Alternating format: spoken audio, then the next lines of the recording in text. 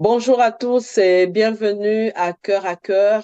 Nous sommes encore là sur ce plateau pour parler de la parole de Dieu et nous sommes dans notre rubrique Vérité éternelle et moi je me présente donc je suis l'évangéliste Dada et je ne suis pas seule sur ce plateau et cet après-midi en ce jour j'ai avec moi la servante de Dieu Rachel Tanguy avec qui nous allons parler, toujours dans la rubrique Vérité éternelle, d'un sujet important et nous allons parler du sujet le livre de ta vie.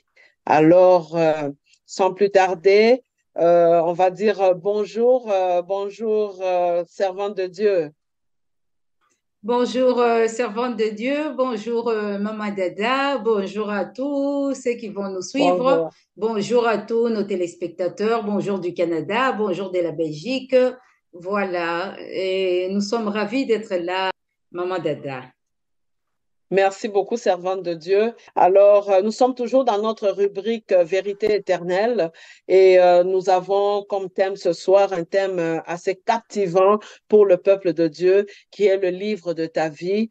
Et, servante de Dieu, est-ce que tu peux nous parler un peu de ce thème qui est captivant? Moi, je le trouve tellement captivant, le livre de ta vie. Ça veut dire quoi? Euh, Juste nous donner un peu un aperçu de ce que ça veut dire, de quoi un peu on va parler dans cette émission. Merci pour la parole, servante de Dieu. Effectivement, lorsqu'on nous parle des livres de notre vie, ça nous interpelle. Parce que lorsque moi, Mhm. on me dit les livres de ma vie, j'aimerais bien savoir qu'est-ce qui s'y trouve en fait. Et aujourd'hui, nous allons parler de ces sujets, de ces livres de vie qui est très important. En tout cas, ça concerne chaque être humain sur la terre. Parce que, n'est-ce pas, chacun de nous veut savoir comment sa vie va se dérouler, comment sa vie va se terminer. Je pense que chacun d'entre nous est intéressé par ces sujets. Et aujourd'hui, nous avons vraiment l'opportunité de parler de cela parce que nous en avons l'occasion et nous en avons le temps. Par Mhm. ces livres de Amen. la vie, nous allons parler du livre de l'Apocalypse, servante de Ah, Dieu. très intéressant, servante de Dieu. Alors, nous parlons du livre de l'Apocalypse, qui est effectivement le livre de la vie. Chaque enfant de Dieu devrait s'identifier à ce livre-là, parce que c'est réellement le livre de notre vie, de la vie de chaque enfant de Dieu. Mais il y a une chose, servante de Dieu, moi, j'aimerais vraiment qu'on puisse un peu démystifier. On va commencer ce soir à démystifier le livre de l'Apocalypse parce qu'il y a beaucoup de gens qui ont peur de ce livre. Et alors, en fait, est-ce que euh, tu peux nous dire pourquoi les gens ont peur de ce livre de l'Apocalypse? Avant qu'on aille dans le vif du sujet, on va mettre un peu la table. Pourquoi les gens ont peur de ce livre? Alors que moi, j'ai pas peur de ce livre, hein. Avant, oui, quand j'étais bébé spirituel, mais quand on avance dans le Seigneur, je n'ai plus peur de ce livre. Au contraire, mais pourquoi les gens ont encore peur? Même moi, j'entends encore des gens, des chrétiens qui disent, oh ben ça fait peur ce livre-là. Qu'est-ce qui fait peur aux gens? Mais servante de Dieu, vous venez les dire. Moi, je dirais même ces livres ne concernent pas que les enfants de Dieu. Hein. Ça concerne Mhm. l'humanité, en fait.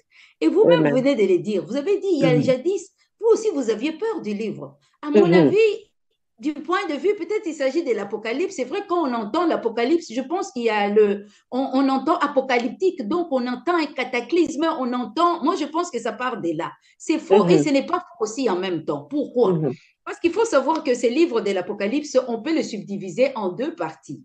Yeah. Et je dirais même en deux parties. Mhm. Pourquoi? Parce que Apocalypse vient en fait du grec. C'est un livre Mhm. qui est tout à fait à part par son style. Mhm. On est d'accord?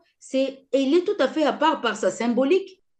Et si Mhm. nous allons dans le grec, Apocalypse vient du grec qui veut dire simplement apocalyptus, qui veut Mhm. dire dévoilement. Et Mhm. par rapport à son style, par rapport peut-être aux évangiles, Mhm. aux épîtres, c'est tout à fait un style à part. En Mhm. fait, c'est ce qui fait peur. Moi, je dirais c'est la deuxième partie de l'Apocalypse qui fait peur. Mhm. Pourquoi? Parce que dans la première partie, Et si nous regardons bien, c'est le seul livre qui commence par un message de bonheur, en fait. Parce Tout que à fait.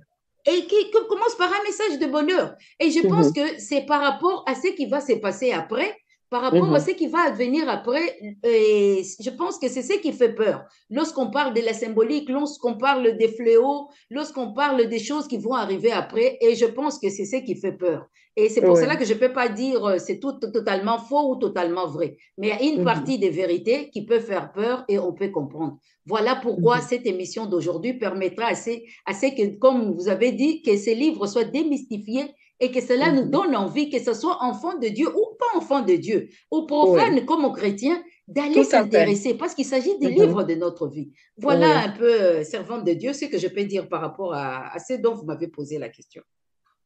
Oui, servante de Dieu, merci. Mais en fait, c'est ça ce que tu dis, parce que quand on parle de l'Apocalypse, du livre de l'Apocalypse dans la parole de Dieu, et on est en train de parler d'un terme plus, on va dire, théologiquement, on parle de l'eschatologie, on parle de la fin des temps, on parle de la fin du monde, mais justement, c'est tous ces événements assez mystérieux, assez comment je peux dire ça, des catastrophes qui sont décrites dans ce livre qui peuvent faire peur, alors que ce livre concerne vraiment les nations, concerne, comme tu viens de dire, c'est tout le monde, c'est les nations, concerne l'Église, concerne aussi la nation, le peuple d'Israël, et toutes ces trois entités nous amènent à voir que le livre de l'Apocalypse, c'est un bon livre finalement, qui au contraire devrait nous donner cette joie de dire, ben, nous sommes en train de tendre sûrement vers la fin des temps.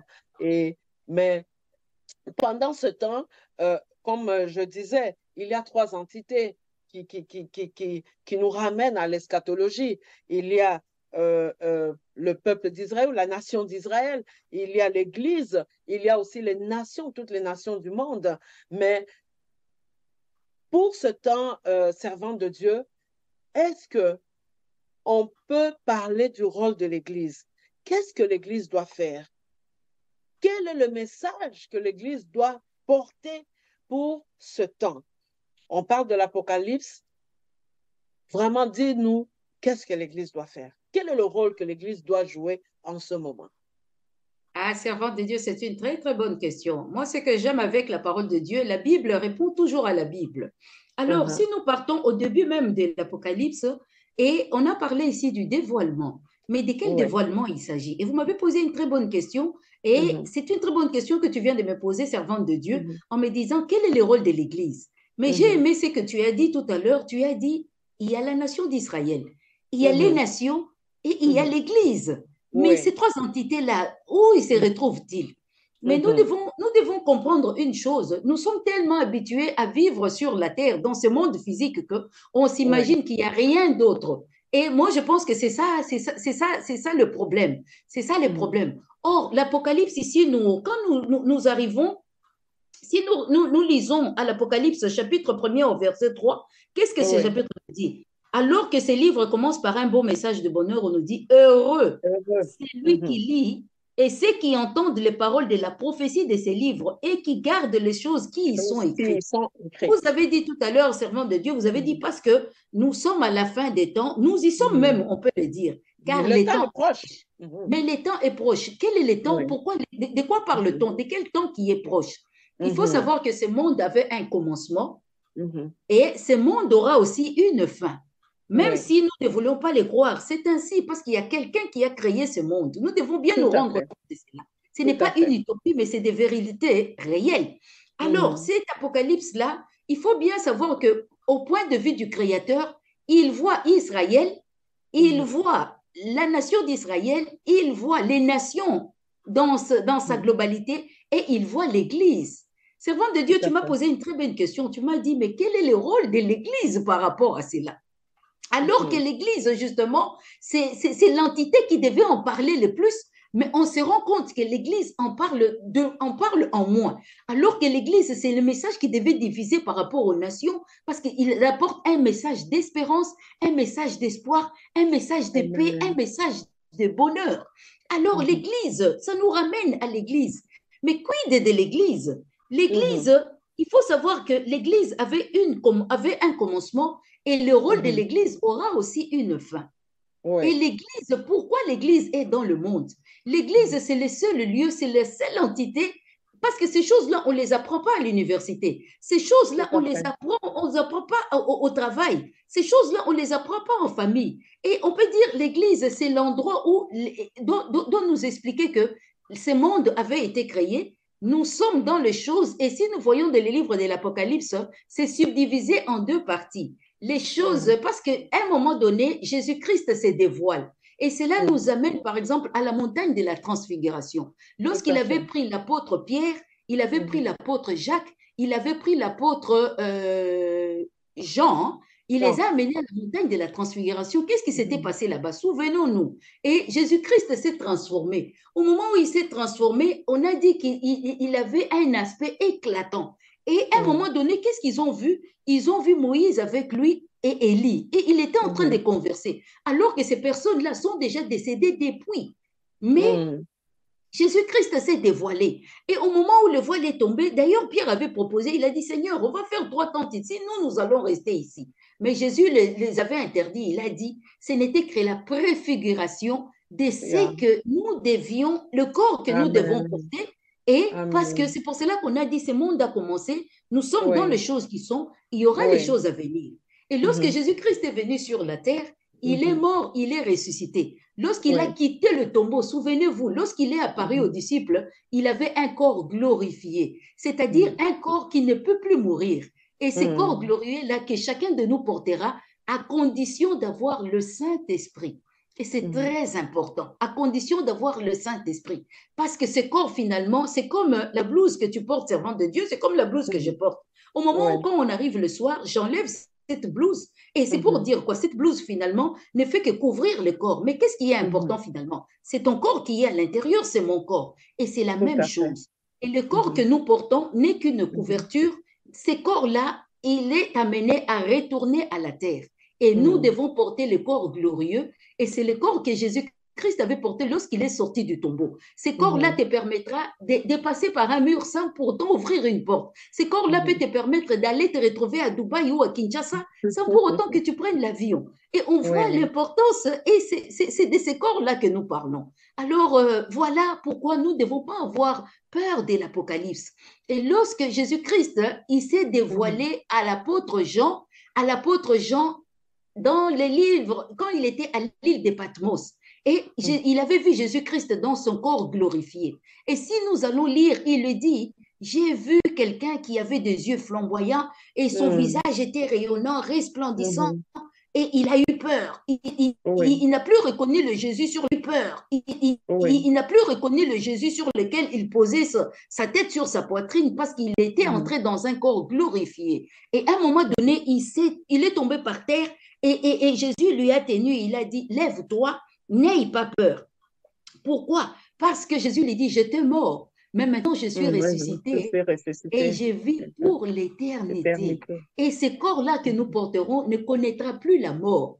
Et Mhm. voilà pourquoi l'importance de parler de ces livres dont nous parlons aujourd'hui. Je te Yeah. retourne la parole de Dieu et servante de Dieu. Merci, servante de Dieu. C'est vrai que c'est un livre très, très riche, à la fois profond.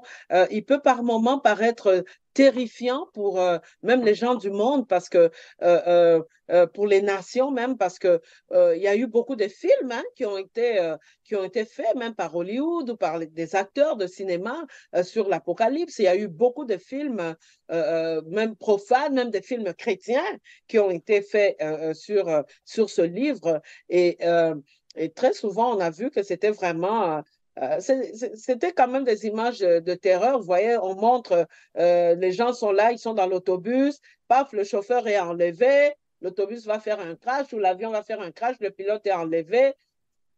Donc, on a tellement vu des choses, mais comme, comme tu viens de le dire, c'est sûr que euh, la Bible dit que au signal, à un signal donné, ce qui va se passer, c'est que les morts en Christ ressusciteront d'abord. Et eux, avec ceux qui seront en vie, ils vont revêtir un corps glorieux et l'épouse sera enlevée. Donc, et les morts en Christ et ceux qui seront encore en vie, si le Seigneur revient pendant qu'ils sont en vie, tous vont revêtir un corps glorieux. Nous allons revêtir ce corps et nous allons être enlevés dans les airs, d'où l'importance de l'Église, comme tu disais, de vraiment savoir donner le message du moment, le message du temps, le message convenable à préparer, non pas des personnes qui vont être seulement dans le corps de Christ, mais surtout les personnes qui vont être dans l'épouse qui sera enlevée. Ça, c'est très important. Et c'est ce qui donne beaucoup d'espérance même, c'est ce qui donne beaucoup d'espoir même, qui devrait donner de l'espoir en disant que même si nous mourrons aujourd'hui, que nous mourions, que nous vivions, si le Seigneur revient et qu'il nous trouve, nous devons être dans l'épouse qui va être enlevée. Mais si nous mourons avant qu'il ne revienne chercher l'épouse, ben, nous sommes rassurés que nous allons ressusciter et que nous allons revêtir ce corps glorieux et que nous allons ensemble être enlevés. Oui, l'image aussi que tu as donnée, servant de Dieu, de la transfiguration de Jésus, on voit Moïse et Élie qui apparaissent, la représentation de la loi et des prophètes, et le Seigneur qui est la pierre angulaire, le centre de tout ça. Et c'est vraiment merveilleux parce que ça nous montre vraiment cette gloire, en fait, cette gloire qui est là. Et ce que Jean voit dans l'Apocalypse, il voit ce Seigneur qui est rayonnant et ce que les disciples voient, et notamment Pierre qui voit je ne vais pas dire spectacle, mais ce fait qui voit comment le visage du Seigneur est rayonnant sur cette montagne de la transfiguration et tout ce qui se passe là-bas, cette gloire. Et vraiment, au contraire, nous devrions plutôt être contents, avoir hâte, en fait, de vivre cette gloire et de savoir que l'Église, pour le moment, en ce moment où nous parlons, l'Église a un rôle important à jouer.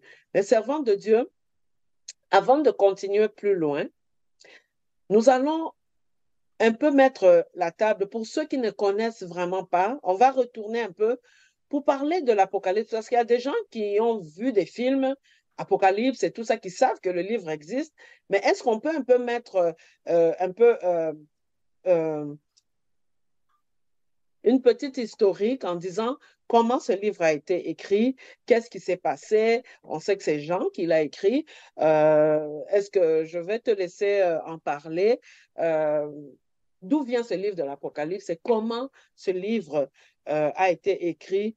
On parle de, de, de révélation. En anglais, ça s'appelle Revelation, donc la révélation. Mais comment le livre a été écrit, servante de Dieu? Est-ce que tu peux nous en parler pour que juste les gens comprennent de quoi on parle? De quoi on C'est ça. parle. Nous, on est déjà dans le bain un peu, mais pour que les gens qui ne savent pas puissent comprendre. Merci, servante de Dieu. J'aimerais relever quelques points, hein, parce qu'on en a parlé. Mhm, C'est vrai que pour un profane, ça peut être, on ne peut pas se retrouver. Il faut mhm, comprendre que du point de vue de Dieu, Dieu ne voit que deux catégories de personnes, c'est-à-dire ceux mhm, qui sont dans le Christ et ceux qui ne sont pas en Christ. Et tout à l'heure, j'ai aimé ce que tu as dit, servante de Dieu. Tu as parlé de l'épouse. Il faut savoir, mais de quoi on parle là-dedans? mhm, Et mhm, il faut savoir qu'on appelle ça le corps du Christ. Et dans le mhm, corps du Christ, on a ce qu'on appelle ceux qui ont cru en Jésus. mhm. Et nous tous qui avons cru en Jésus, en tout cas, quand on n'a pas cru en Jésus, c'est le moment d'accepter Christ comme Seigneur si nous voulons vivre ces Amen. choses-là dont nous Amen. parlons. Mais il faut Amen. savoir d'abord une chose, lorsqu'on parle de l'Église, on parle de l'épouse du Christ, c'est l'image de l'épouse du Christ. On a Mhm, parlé ici de Jésus transfiguré, du Jésus mhm, transformé. Et tout à mhm, l'heure, tu as dit l'Église. Quel est le rôle de l'Église finalement? mhm, L'Église est là pour préparer, pour dire que mhm, Jésus-Christ, lorsqu'il est monté au ciel, il avait promis, il a dit, je mhm, suis en train de m'en aller, mais il avait promis de revenir. Tout à l'heure, tu mhm, as parlé de l'eschatologie, mais de quoi parle-t-on? mhm, Il faut savoir que l'Église a commencé Et l'Église aura aussi une fin. Une fin. L'Église n'est Yeah. pas éternelle sur la terre. Et Yeah. cette Église sera enlevée. Et pour être enlevée dans le ciel, ce n'est pas de l'utopie, ce sont des choses qui vont arriver. C'est pour cela que nous parlons, tout à l'heure tu as dit, il y a l'Église, il y a le corps du Christ et l'épouse du Christ. On doit bien faire la différence. Et cela nous retourne, on retourne vite dans les jardins d'Éden. Lorsque Dieu avait créé Adam, il avait fait plonger dans un profond sommeil. Et qu'est-ce que Dieu avait fait? Il avait tiré la côte, de la côte, il a créé une femme qu'on appelle Ève. Et c'est de la même manière que l'Église est née à la croix. Lorsque Christ a expiré, on a dit qu'il y a un soldat romain qui avait transpercé sa côte et l'eau et le sang est sorti. Et l'Église est venue de là. Donc l'épouse du Christ a été tirée de la côte du Christ. Et c'est ce qui va se passer. Et en tant qu'Église, nous devons comprendre que dans l'Église, il y a ce qu'on appelle le corps du Christ. Et le corps du Christ, c'est tous ceux qui croient en Jésus. Mais on me posera la question, mais si on croit, donc nous tous on sera enlevés. Malheureusement, ce ne sera pas le cas. Ce n'est pas toute l'Église qui sera enlevée, parce que ça, on parle du corps du Christ, comme on a parlé du corps d'Adam. Mais l'Église qui sera enlevée, c'est l'épouse, c'est-à-dire celle qui est en intimité. D'ailleurs, voilà pourquoi l'intimité, voilà c'est ce que l'Église doit diffuser comme message. Être en intimité avec Christ, il a dit demeurer dans ma parole, garder ma parole, rester dans ma parole, rester dans mon intimité, c'est-à-dire rester continuellement dans une relation continuelle. C'est pour cela qu'on nous dit que l'Esprit écoute ce que l'épouse et l'Esprit écoute ce que l'Esprit est en train de dire à l'Église. Et c'est ça le message. Et ça nous renvoie, servante de Dieu, toi qui connais les évangiles, ça nous renvoie au message de Christ dans Matthieu 25 qui nous parlait des 10 vierges, n'est-ce pas? On nous parle des 5 vierges intelligentes et des 5 vierges folles. Avant de dire comment l'Apocalypse est arrivé, je te laisserai, servante de Dieu, de nous expliquer un peu, mais pourquoi on parle des 10 vierges? On nous parle des 5 vierges intelligentes et des 5 vierges imprudentes.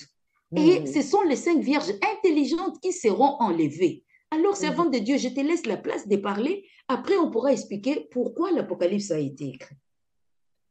Merci, servante de Dieu. Pour parler un peu de l'Apocalypse, la parabole des 10 vierges dans Matthieu 25, hein, dans Matthieu 25. Et le Seigneur ici veut vraiment nous rappeler l'importance d'être prêt. L'importance pour toute personne qui se dit enfant de Dieu d'être prêt. À la base, toutes les 10 femmes sont vierges, qui est symbolique d'être enfant de Dieu. En fait, elles ont tous une base commune. Et à la base, elles avaient toutes de l'huile. À la base, elles avaient toutes de l'huile. Alors, et à la base, elles étaient toutes en attente de l'époux. Elles étaient toutes vierges, elles avaient toutes de l'huile, mais elles étaient aussi toutes en attente de l'époux, parce qu'elles étaient les fiancées de l'époux. Elles attendaient ce mariage, elles attendaient les noces avec l'époux. Mais ce qui se passe, c'est que elles se sont toutes assoupies, elles se sont endormies. Parce que la Bible dit que l'époux tardait à venir. L'époux tardait à venir et les fiancées, les 10 vierges, se sont assoupies, elles se sont endormies. Et qu'est-ce qui s'est passé? Et l'époux, comme il ne prévenait pas, il savait déjà qu'il était attendu, il n'a pas prévenu l'heure ni le moment, il est arrivé. Et quand l'époux arrive comme ça, il trouve les 10 vierges dans l'état dans lequel elles étaient au moment où lui, il arrive, pour les noces. Alors, quand il arrive, on voit que les 10 vierges sont là, les lampes sont allumées, donc la lampe qui est la symbolique de la parole de Dieu, mais il y avait une chose qui manquait aux 5 vierges qui étaient folles. On vient de dire ici qu'ils n'étaient pas sages. On vient de dire ici qu'à la base, elles étaient toutes vierges. Elles avaient la parole de Dieu. Elles avaient reçu le Seigneur dans leur vie. À la base, elles appartenaient au corps de Christ. Elles appartenaient à l'Église corps de Christ. À la base, elles étaient toutes en attente de l'époux qui venait. Comme aujourd'hui, nous sommes tous en attente du retour du Seigneur. Toute personne qui est chrétienne, toute personne qui est dans le corps de Christ, qui a reçu Jésus comme Seigneur et Sauveur de sa vie, attend ce jour-là. Nous sommes tous en attente. Mais maintenant, la lampe était là. Elles avaient toutes les lampes. Donc, elles avaient la parole de Dieu. Voyez, donc on monte en niveau. Elles avaient toute la parole de Dieu. Les lampes étaient bien là. La parole était là. Mais qu'est-ce qui manquait? C'est ça. Il manquait l'huile, mais pas seulement de l'huile comme ça, l'huile en réserve. C'est ça. La réserve d'huile. Et l'huile est la symbolique du Saint-Esprit. Amen. L'huile est la symbolique du Saint-Esprit. Et cette parabole est tellement riche d'enseignements, est tellement riche de messages pour le temps de la fin. Comment nous devons nous préparer? Exactement. Ce n'est pas une question d'être seulement chrétiens. Elles étaient toutes vierges. Ça veut dire qu'elles appartenaient toutes au corps de Christ. Elles avaient le Seigneur dans leur vie.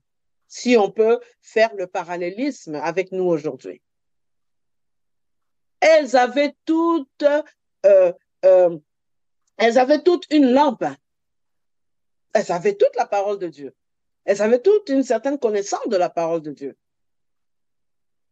Elles étaient toutes en attente, comme aujourd'hui, nous sommes tous et toutes en attente du retour du Seigneur. Mais la question de l'esprit et de l'esprit en abondance, d'avoir l'esprit en abondance, d'avoir cette plénitude du Saint-Esprit au quotidien, à chaque jour de notre vie, c'était là le problème. Donc, il n'y avait pas cette plénitude. Et nous devons faire attention de ne pas aussi être dans l'assoupissement. La Bible dit que ces 10 vierges se sont assoupies, elles se sont endormies, elles devaient rester éveillées. Si elles étaient restées toutes éveillées, les 5 vierges folles ou qui n'étaient pas sages allaient voir que leur huile était pratiquement terminée. Mais à cause de l'assoupissement, elles n'avaient pas de réserve parce qu'elles s'étaient endormies. Les autres se sont endormis, mais avaient une réserve d'huile. Le Saint-Esprit, dans sa plénitude, au quotidien, chaque jour, marcher selon l'Esprit, être rempli du Saint-Esprit chaque jour, c'est ce que Dieu veut. Marcher dans la sanctification, marcher dans la crainte de Dieu. La Bible dit que rechercher la paix et la sanctification sans laquelle personne ne verra Dieu. C'est la sanctification. Mais la sanctification, on ne la peut que par cette plénitude du Saint-Esprit en nous. Alors, de façon un peu ramassée, c'est ce que je peux dire. Je ne sais pas, servante de Dieu, si tu as quelque chose à ajouter par rapport à cette parabole des 10 vierges qui est très, très riche en enseignements. Merci pour la parole, servante de Dieu. Moi, ce que j'entends, c'est très important, ce que tu viens de nous dire. Tu nous as parlé des 5 vierges intelligentes et des 5 vierges imprudentes, on va dire. Donc, à un moment donné, toutes les 10 se sont toutes assoupies.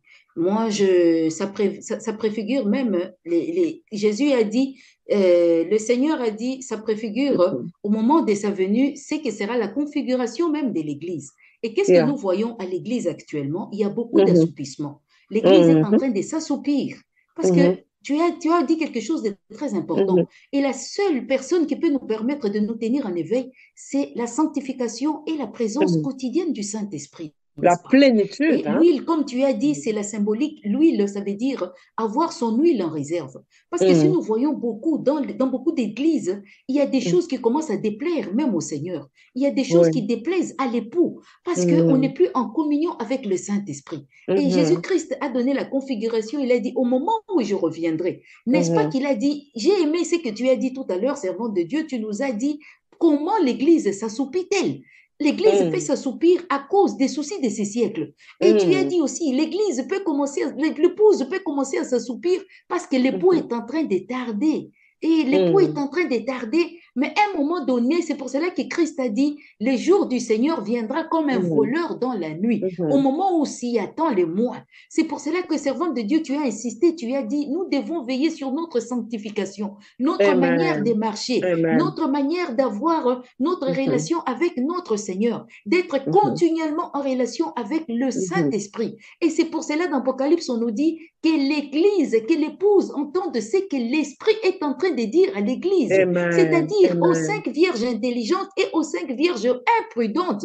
Parce qu'à un moment Ouais. donné, tout le monde va s'assoupir, et les vierges Mm, intelligentes et les mhm, vierges imprudentes. Mais qu'est-ce qui mhm, fera la différence, comme tu as dit, servante de Dieu? Et c'est la présence du Saint-Esprit. Et c'est la mhm, présence de la sanctification. Comme tu mhm. viens de le dire, tu l'as insisté, tu as dit, sans la sanctification, sans la paix, rechercher la paix et la sanctification, sans laquelle nul ne verra le Seigneur.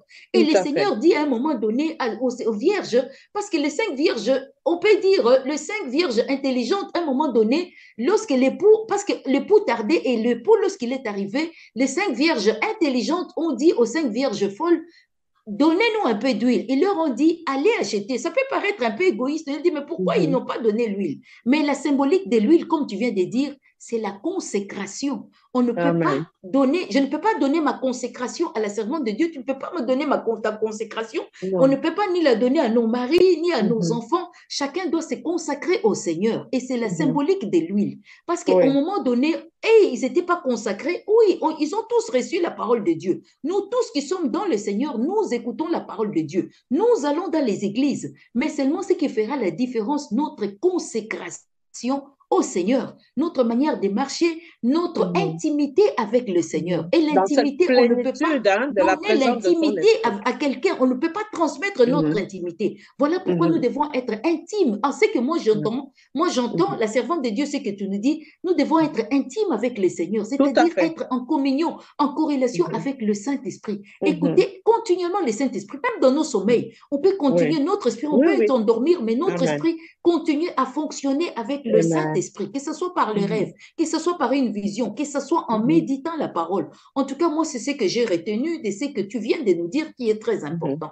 Et au Oui, moment où on a servante de dit Dieu. l'époux arrive, parce qu'à un Mhm, moment donné, l'époux dira à ceux qui sont partis au marché, parce que mhm. comment ils vont savoir justement que l'église a été enlevée et au moment Ah. où, parce qu'ils étaient là tous, et Mhm, lorsque l'époux entre, il prend les 5 vierges intelligentes qui étaient consacrées, qui étaient en relation, elles partent. Et les 5 autres viennent frapper. Qu'est-ce que le Seigneur leur dit? Allez, je ne vous mhm, connais pas. Et c'est mhm, grave cette parole. Alors que mhm. nous étions tous dans les églises et s'entendre dire cette phrase terrible, C'est allez, parce terrible. que je ne vous connais pas, c'est-à-dire je ne suis pas en relation avec vous. Moi et Je nous, ne nous ne suis sommes pas pas en dans intimité avec vous. Je l'intimité, ne vous ai dans jamais l'intimité. connu. Et voilà cette deuxième partie de l'Apocalypse qui fait peur. Je pense qu'on en parlera Mhm. prochainement, qui fait Oui. peur aux gens. Parce qu'au moment où on a parlé de l'eschatologie, servante de Dieu, tu nous as parlé de l'eschatologie, Mhm, mais de quoi s'agit-il? C'est le mhm. moment où l'Église sera Sera enlevée. Et enlevé. lorsque cette Église sera enlevée, c'est-à-dire Mhm, les 5 vierges qui étaient prêtes seront parties, les 5 vierges moins intelligentes qui resteront sur la terre, et ce sont elles qui resteront pour dire aux autres, mais les autres sont partis, et on leur mhm, posera la question, mais vous, qu'est-ce que vous faites? Ils diront, nous avons été imprudentes, nous avons mhm, négligé notre relation avec le Saint-Esprit, nous avons mhm, négligé notre communion avec le Saint-Esprit, nous avons négligé la sainteté et nous nous sommes assoupis par les soucis de ces siècles, par les mhm. trains-trains du monde à Les cause du manger distractions. et du boire, n'est-ce pas? Servant de Dieu, je pense que nous allons nous arrêter ici et nous allons développer à la prochaine émission. Qu'est-ce que tu en penses, servant de Dieu? Oui, servante de Dieu, c'est tellement emballant, c'est tellement riche, euh, euh, c'est tellement profond, ce dont on est en train de parler. Et nous n'allons pas oublier, pour finir par ici, c'est que l'épouse doit se préparer. Nous avons parlé de la parabole des 10 vierges. Épouse, prépare-toi. Tu es enfant de Dieu.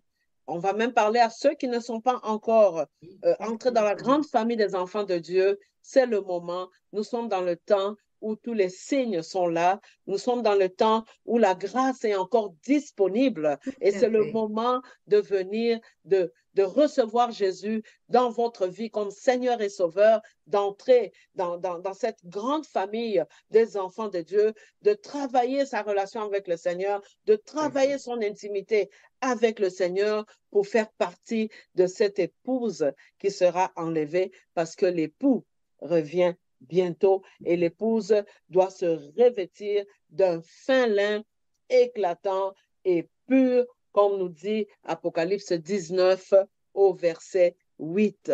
Alors, servante de Dieu, merci beaucoup. On va Merci. s'arrêter par là. Nous avons, dans cette rubrique de vérités éternelles, nous avons parlé du thème le livre de ta vie. Votre vie. Alors, nous te disons encore merci. Et c'était la servante de Dieu, Rachel Tanguy, et moi-même, évangéliste Dada. Et nous allons nous revoir dans une prochaine émission où nous allons continuer ce bon et grand et très important thème pour l'Église, pour tous les enfants de Dieu, pour les nations, pour Israël, pour le monde entier. Soyez bénis chez vous. À la prochaine. Au revoir. Au revoir. Merci, servante de Dieu. À très bientôt. Bye bye.